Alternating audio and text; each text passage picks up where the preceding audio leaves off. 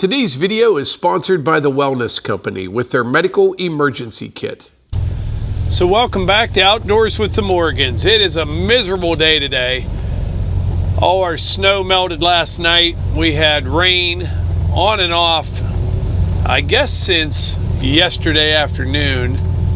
And this morning it's just kind of a drizzly, dreary, sloppy mess. But it will get better at some point. Right now I'm headed down over the hill here. I need to run down to the pond. I got an old fire pit down here and I kind of forgot about it, and if it's not all rotted apart, I'm going to load it up in the buggy and take it out to the new barn. I can put it to use out there. No snow, but a lot of ice on the pond. I think this is the first time I have seen water running through the new drain pipe in the pond since I redid all this past summer. When I did that work, if you remember, it was the whole thing. The standpipe was plugged up again, water ran over the dam, washed it all out. It was a disaster, but I redid everything and just put a new drain pipe right across here.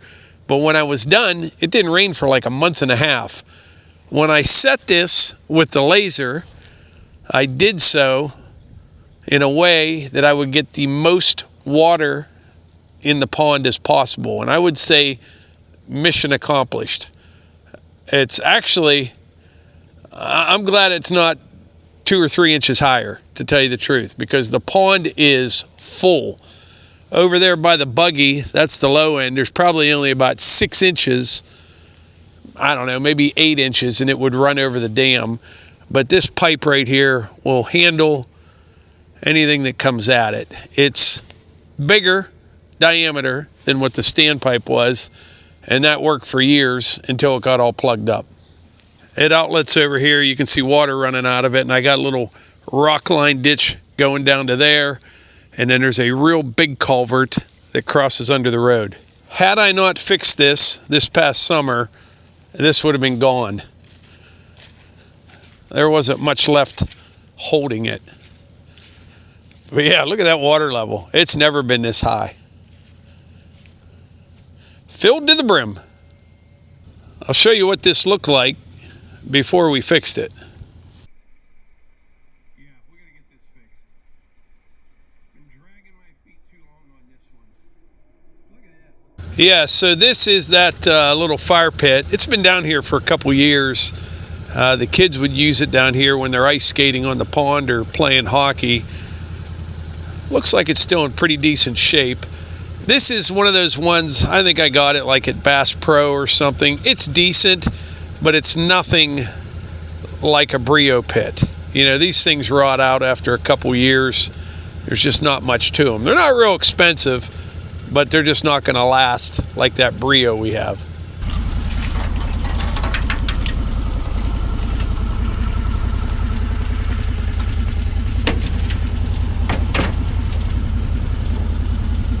There's a little life left in her.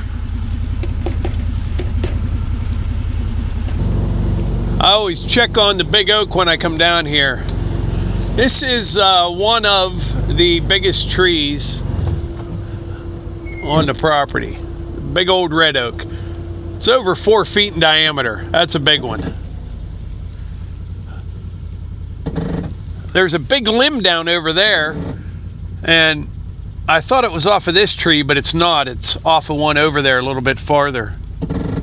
All right, let's head out to the barn, and I got a story to tell you when I get out there.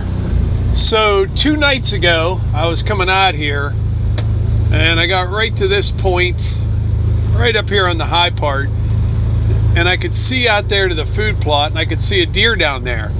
Well, I had my binoculars with me, and I looked, and it was a doe. So I just sat here for a minute, and I started heading back down towards the barn, and I saw another deer with it, and it was a buck. Pretty decent one, and it ran off to the left, okay? So I come out here a little bit farther, and like I said, there was snow in the ground, and I pulled over this way to go to this trail camera. And right over past the barn, to the left of it, over in the woods, I could see more deer.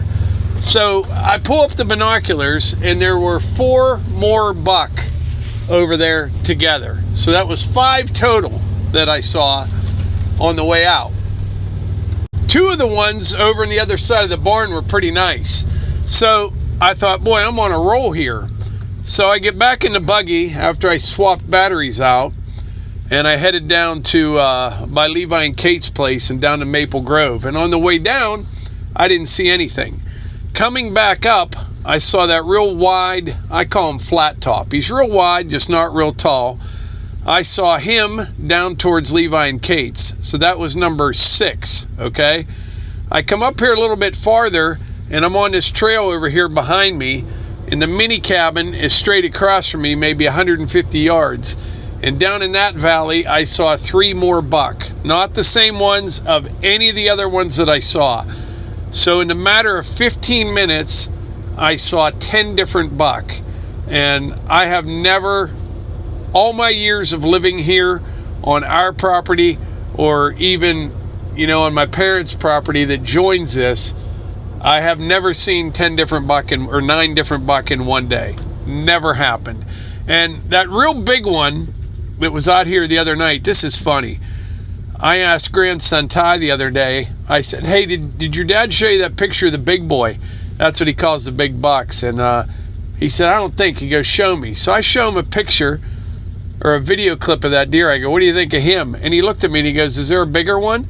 And he's to that age right now where he understands humor and sarcasm, because I was like, when he said that, is there a bigger one? I was just like, get away from me.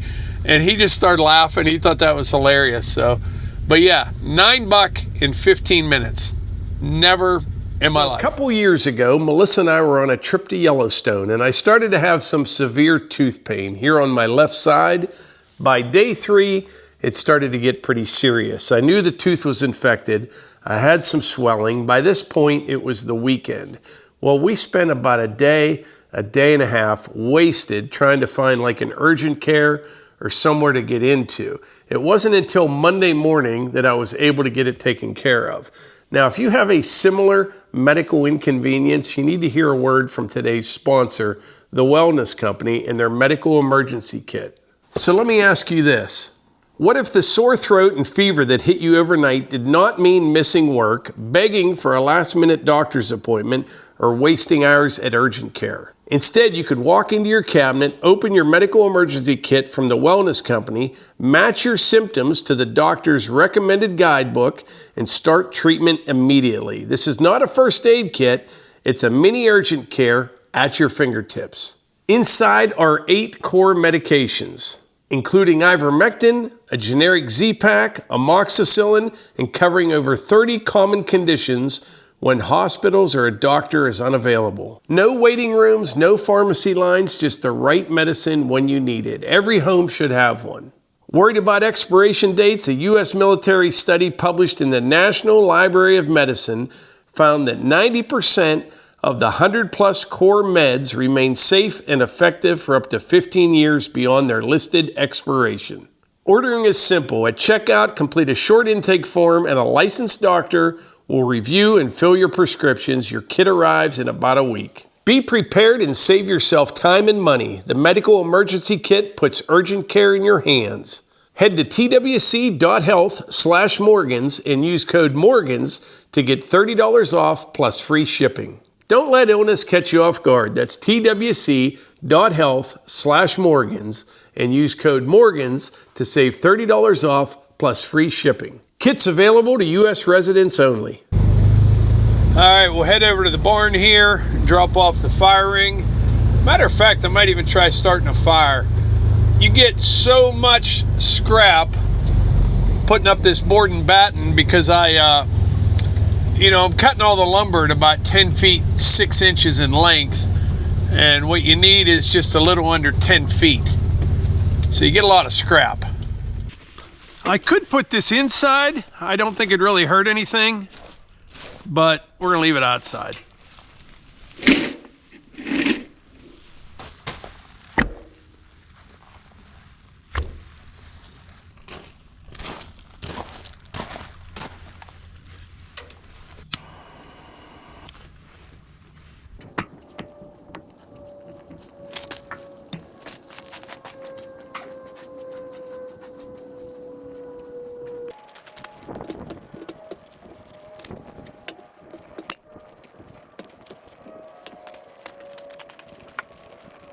This is actually a good test for the fire starter. These boards that you see in there were actually logs about a week ago. Green wood. Seems to be working pretty good. And by the way, the fire starter will be back on the website this weekend. We're getting a whole bunch of back in stock requests. I ordered something the other day that's going to make fueling up the man lift much easier. But for now, I got to do the 5-gallon jugs. I'm not sure how much is in it. There's probably plenty, but you can't really tell. And I tried shining a flashlight in the tank. I figure, well, I got some time.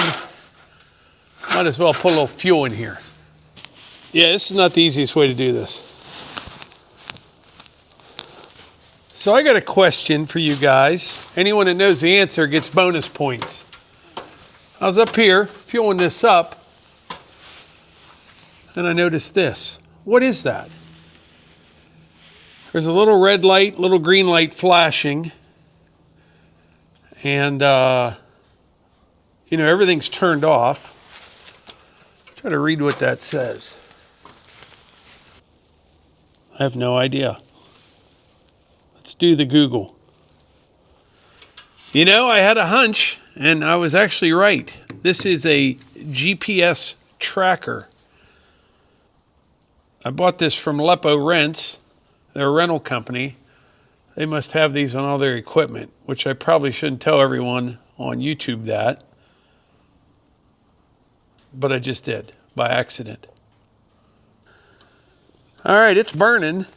I just put a couple pieces on top that were in the back of the buggy.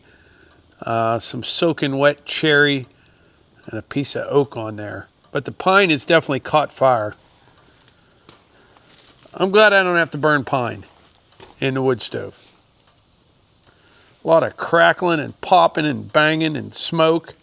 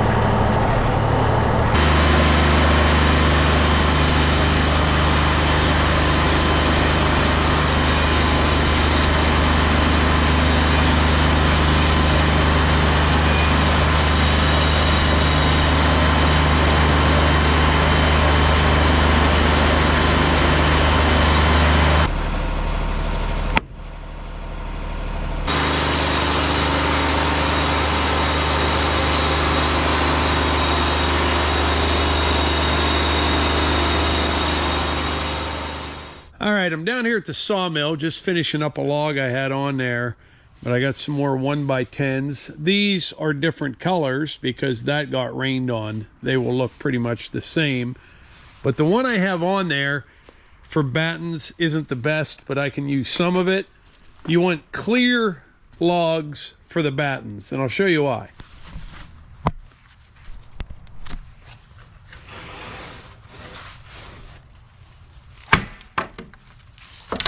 That's why. These big knots, they'll stay nice and tight if they're in a 1x10, but in the battens they'll break. But I'm going to need some short pieces anyway for the edges of the gable ends, so I can use most of this, but I got some pine logs over there that are nice and clear.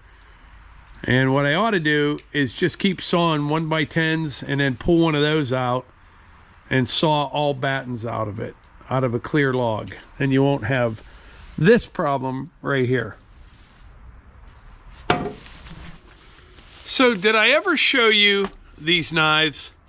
I may have. If so, I apologize, but most of you probably haven't heard this story. These are knives of Alaska. There's a little caping knife, and then the bigger knife. Very, very nice. And they got this nice leather sheath. Beautiful set of knives right there. I got these when I started working, not when I first started working, but when I was in oil and gas. And back then it was kind of the Wild West when I first started. The whole Marcellus shale boom was taking off, and everybody was super busy. All the contractors, everyone was making money. And at Christmas time, our contractors would give us gifts. Nothing too extravagant, and you had to claim them. Like there was a form online, anything a contractor would give you, you'd have to let them know what it was. And you couldn't accept a gift card at all, but you could accept a couple $100 set of knives. Well, anyway, this guy that I work with, it was around Christmas time, and he liked getting the Christmas gifts. Whatever. He just kind of liked it. So he gets this big roll of bologna from some contractor, and he sends me a picture of it. And I'm like, where'd you get that? And he told me what contractor gave it to him. And I said, did you get me a roll? And he always said, nah, N-A-H. He wouldn't say no. He said, nah. I said, okay. So I sent him a picture of these knives. And he's like, where'd you get them? And I told him. And he's like, did you get me a set? I said, nah, I didn't. And I told him, don't ever bring bologna to a knife fight. But these are super nice. I don't know much about the company, but that's what they're called, Knives of Alaska. And they really hold an edge. I mean, really hold an edge. And speaking of Alaska, I know we have some viewers from up there. How do you tolerate the darkness when it's that time of year? Like, we haven't seen the sun here in a few days. It gets dark early. And as long as you stay busy during the daylight hours, it's not too bad. But everybody in our family kind of struggles with it, including Hunter. He's been kind of moody lately. Today was a little bit better than the last couple. And Melissa and I were talking last night. I said, it's like anybody else. It just kind of gets to you. But with him, it's like ×3 or ×4. In the summertime, he's running around the yard, going for walks and doing different things. And this time of year, he struggles with it and gets a little bit moody, like we all do. But those people in Alaska, when it's dark like 20 hours a day or whatever, I don't know how they do it. But anyway, I think that's about it for today's video. Before I wrap this up, though, number one, sign up for our newsletter. Doesn't cost you a nickel. Go to outdoorswiththemorgans.com. There will be a pop-up that comes up. Enter your email. Number two, subscribe to the channel if you're not already. And number three, I hope you're having a great day, and I will catch you on the next one.